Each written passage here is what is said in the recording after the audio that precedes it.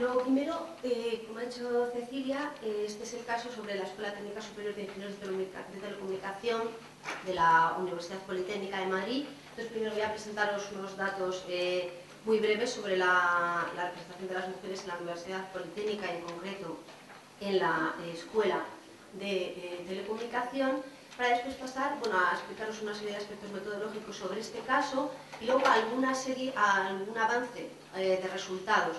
La pena es que todavía está en fase de, como dice Cecilia, de construcción, porque lo interesante de este caso es el aspecto comparativo, como diré, entre dos grupos de investigación. Pero bueno, esa será la próxima vez que nos veamos, os lo contaremos.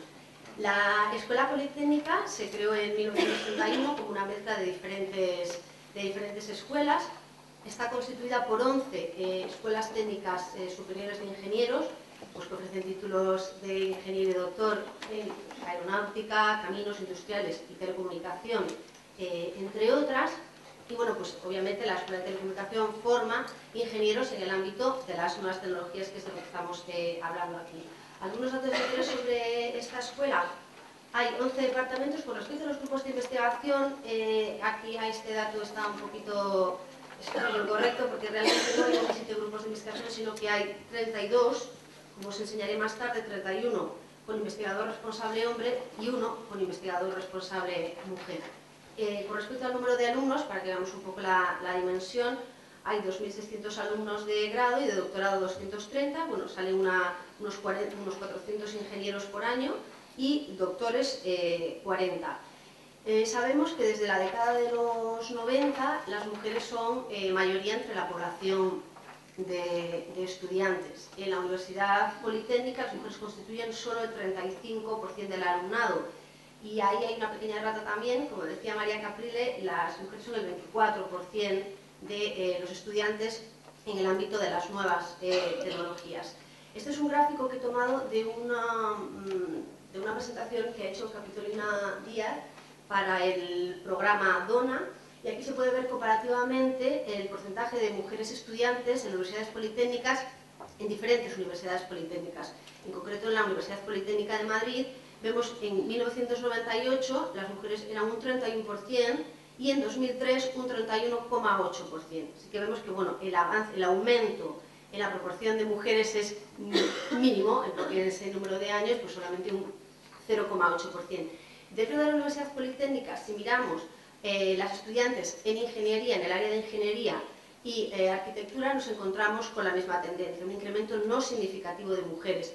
Así vemos en la Universidad Politécnica, igualmente para el año 98 y para el 2003, pues también una proporción mínima, pues iría como del 32 al 33 con algo, 34. O sea que estas tendencias en el ámbito, cuando nos referimos al ámbito de estudiantes, se pueden trasladar al ámbito profesional dentro de la universidad, que nos referíamos entonces al ámbito del profesorado. Total de áreas de conocimiento TIC en la Universidad Politécnica tenemos, por ejemplo, un 15,7% de titulares, perdón, un 17,9% de titulares de universidad y un 7% de mujeres catedráticas. Ahora no sé si tenéis la presentación delante, hay una serie de gráficos que he mostrado. No voy a mostrar todos, lo único que quiero es, voy a mostraros dos en concreto. Los gráficos que tenéis a continuación se refieren al porcentaje de profesorado en diferentes áreas, todas áreas TIC pero diferentes.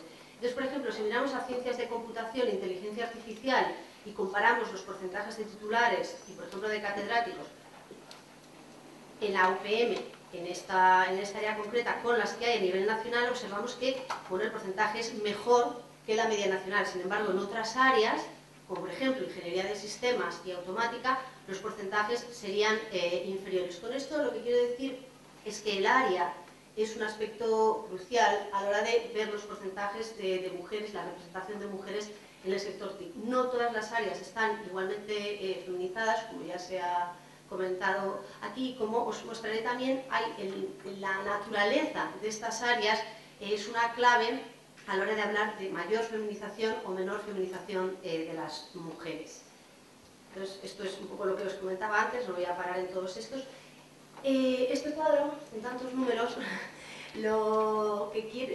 con este cuadro lo único que quiero mostrar es que esto es parte, vamos a ver, estos son todos los centros que hay dentro de la UPM, La segunda columna son grupos con investigador responsable hombre y grupos con investigador responsable mujer. Entonces, por ejemplo, si vemos a la escuela que nos interesa, que es la Escuela de Telecomunicación, vemos que hay 32 grupos de investigación en los que el responsable es un hombre frente a solo un grupo de investigación en el que tenemos a responsable mujer.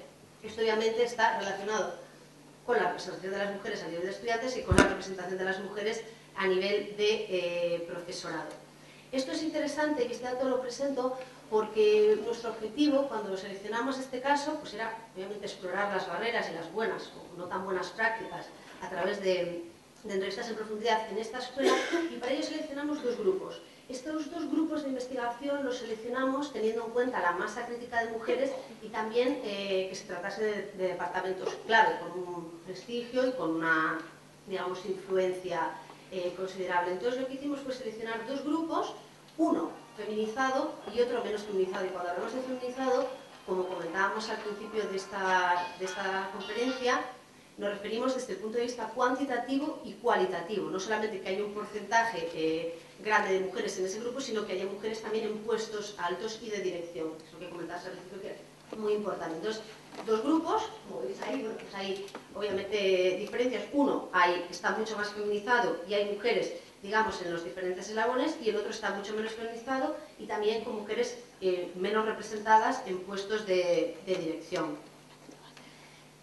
Cuando hicimos las entrevistas, el guión, digamos, lo dividimos en diferentes bloques temáticos. Lo que queríamos mirar, como os ha comentado, presencia y posición de mujeres, aspectos cualitativos, aspectos cuantitativos, la gestión del talento y la carrera investigadora. Aquí en concreto nos interesaba ver la selección, la retención y la promoción, las medidas, si se había puesto en marcha alguna, como veremos en este caso es muy diferente al que luego presentará Ana, medidas relacionadas con la diversidad, con la igualdad y con la conciliación, y bueno, en general ver un poco las trayectorias vitales y personales de y los profesionales, de los protagonistas, de las personas que conforman estos grupos de investigación.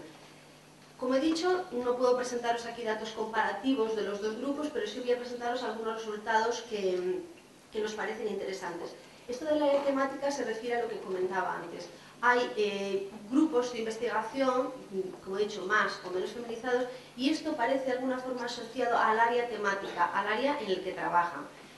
Así, por ejemplo, podemos decir que las mujeres están en áreas más sociales, más relacionadas con el entorno y que pueden resultar beneficiosas de alguna forma a nivel social. Por ejemplo, el grupo más feminizado que hemos seleccionado es un grupo que trabaja en cuestiones, por ejemplo, relacionadas con la telemedicina o con por ejemplo, con ropa inteligente para ayudar a enfermos cardíacos o con cuestiones relacionadas como para mejorar la vida diaria de personas discapacitadas. Y esto es una cuestión que, por ejemplo, sale mucho en las entrevistas cuando se les pregunta por qué creen que es tan escasa la representación de las mujeres en un grupo concreto o en el sector TIC concreto, pues aluden a eso, a que las mujeres les resultan menos atractivas esas áreas más, como dice esta entrevistada, áridas, y se interesan más por cuestiones más sociales. Eso de alguna forma, el área temática puede entonces explicar un poco por qué hay más mujeres en algunos grupos o menos mujeres en otros. La presencia y la posición de las mujeres estaría también influenciada o determinada de alguna forma por la naturaleza de estos grupos de investigación. Estos grupos de investigación, en concreto algunos, son muy masculinizados. Hay un porcentaje muy elevado de hombres, con lo cual las mujeres se encuentran con dificultades para acceder a estos grupos y para integrarse en estos grupos. Esto estaría relacionado con las famosas redes informales de poder, los boinerpos, como los hombres se atraen entre sí, se ayudan entre sí y promocionan. Y las mujeres tienen más dificultades en este sentido. Esto se asocia a aspectos profesionales y personales. En un grupo, sobre todo, el grupo de investigación más masculinizado, salían varias entrevistas como las mujeres a veces se encuentran con problemas en el día a día, porque los aspectos personales y los aspectos profesionales a veces son diferentes, es difícil distinguir entre unos y otros.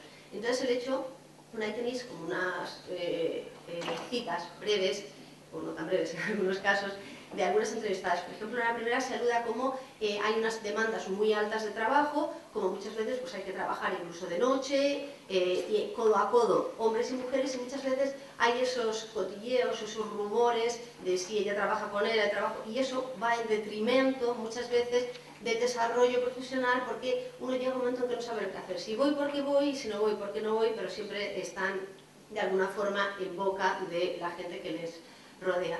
Y también esto, el hecho de que estos equipos sean tan masculinizados también está relacionado con lo que hablaba Cecilia de los estereotipos y prejuicios asociados. Y esto se asocia por ejemplo, cuestiones relacionadas con el lenguaje, como en algunos comités, nos comentaba un catedrático, en algunos comités que hay solo hombres, se habla de una forma y se alude de una forma a las mujeres y se utiliza un lenguaje que decía, bueno, tal vez si hubiese más mujeres este lenguaje no se emplearía y las cosas de alguna forma cambiarían. Pero al ser estos entornos tan tradicionales en el que las mujeres son de alguna forma bichos raros, en el sentido de que no son tan visibles o no han estado tradicionalmente ahí, pues hay una serie de estereotipos que se reproducen y persisten asociados a los roles de las mujeres y los roles de los hombres.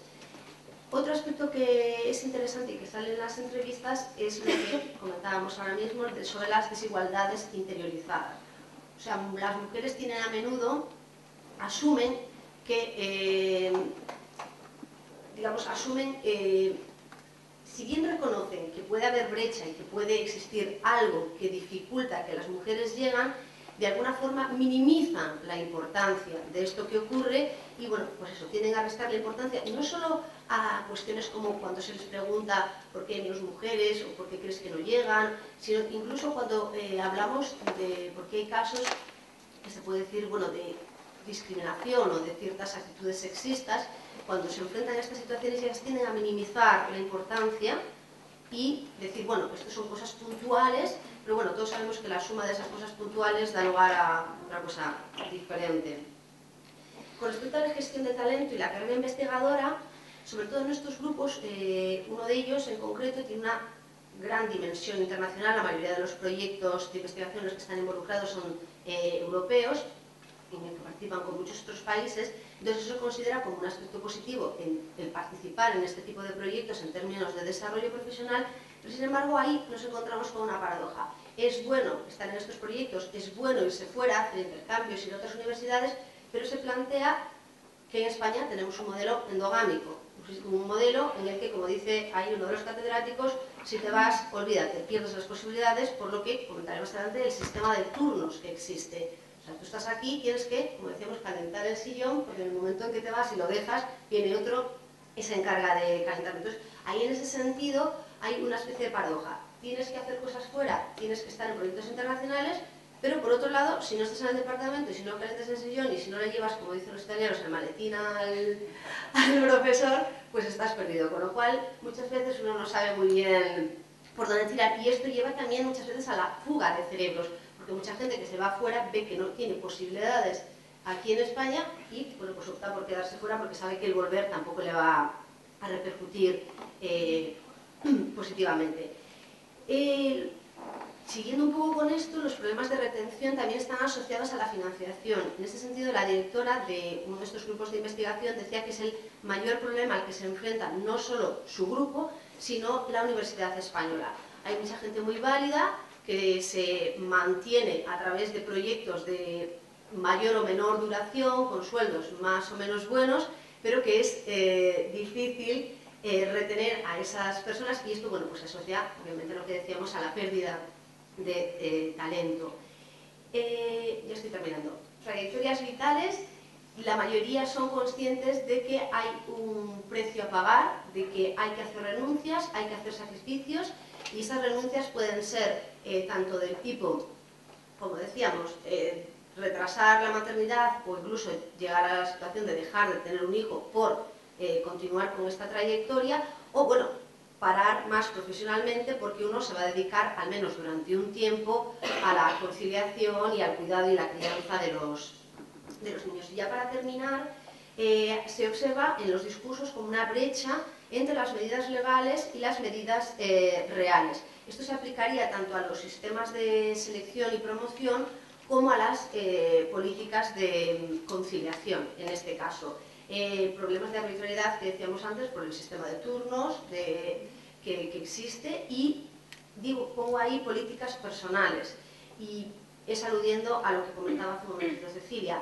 Existe mucha, si bien es muy positivo por un lado en el ámbito universitario esa flexibilidad que existe en términos de conciliación comparado con el ámbito privado, sí es cierto que luego al final, y esto sale en varias de las entrevistas, al final hay una dependencia de esa directora o director de investigación, que estás un poco en función de lo que decida o no decida, puedes o no puedes conciliar en mayor o menor medida. Y esto sería el contraste con lo que va a presentar ahora Ana, donde bueno, es un modelo más institucionalizado cuando hablamos de políticas de conciliación, y bueno, esto es lo que quiero contaros.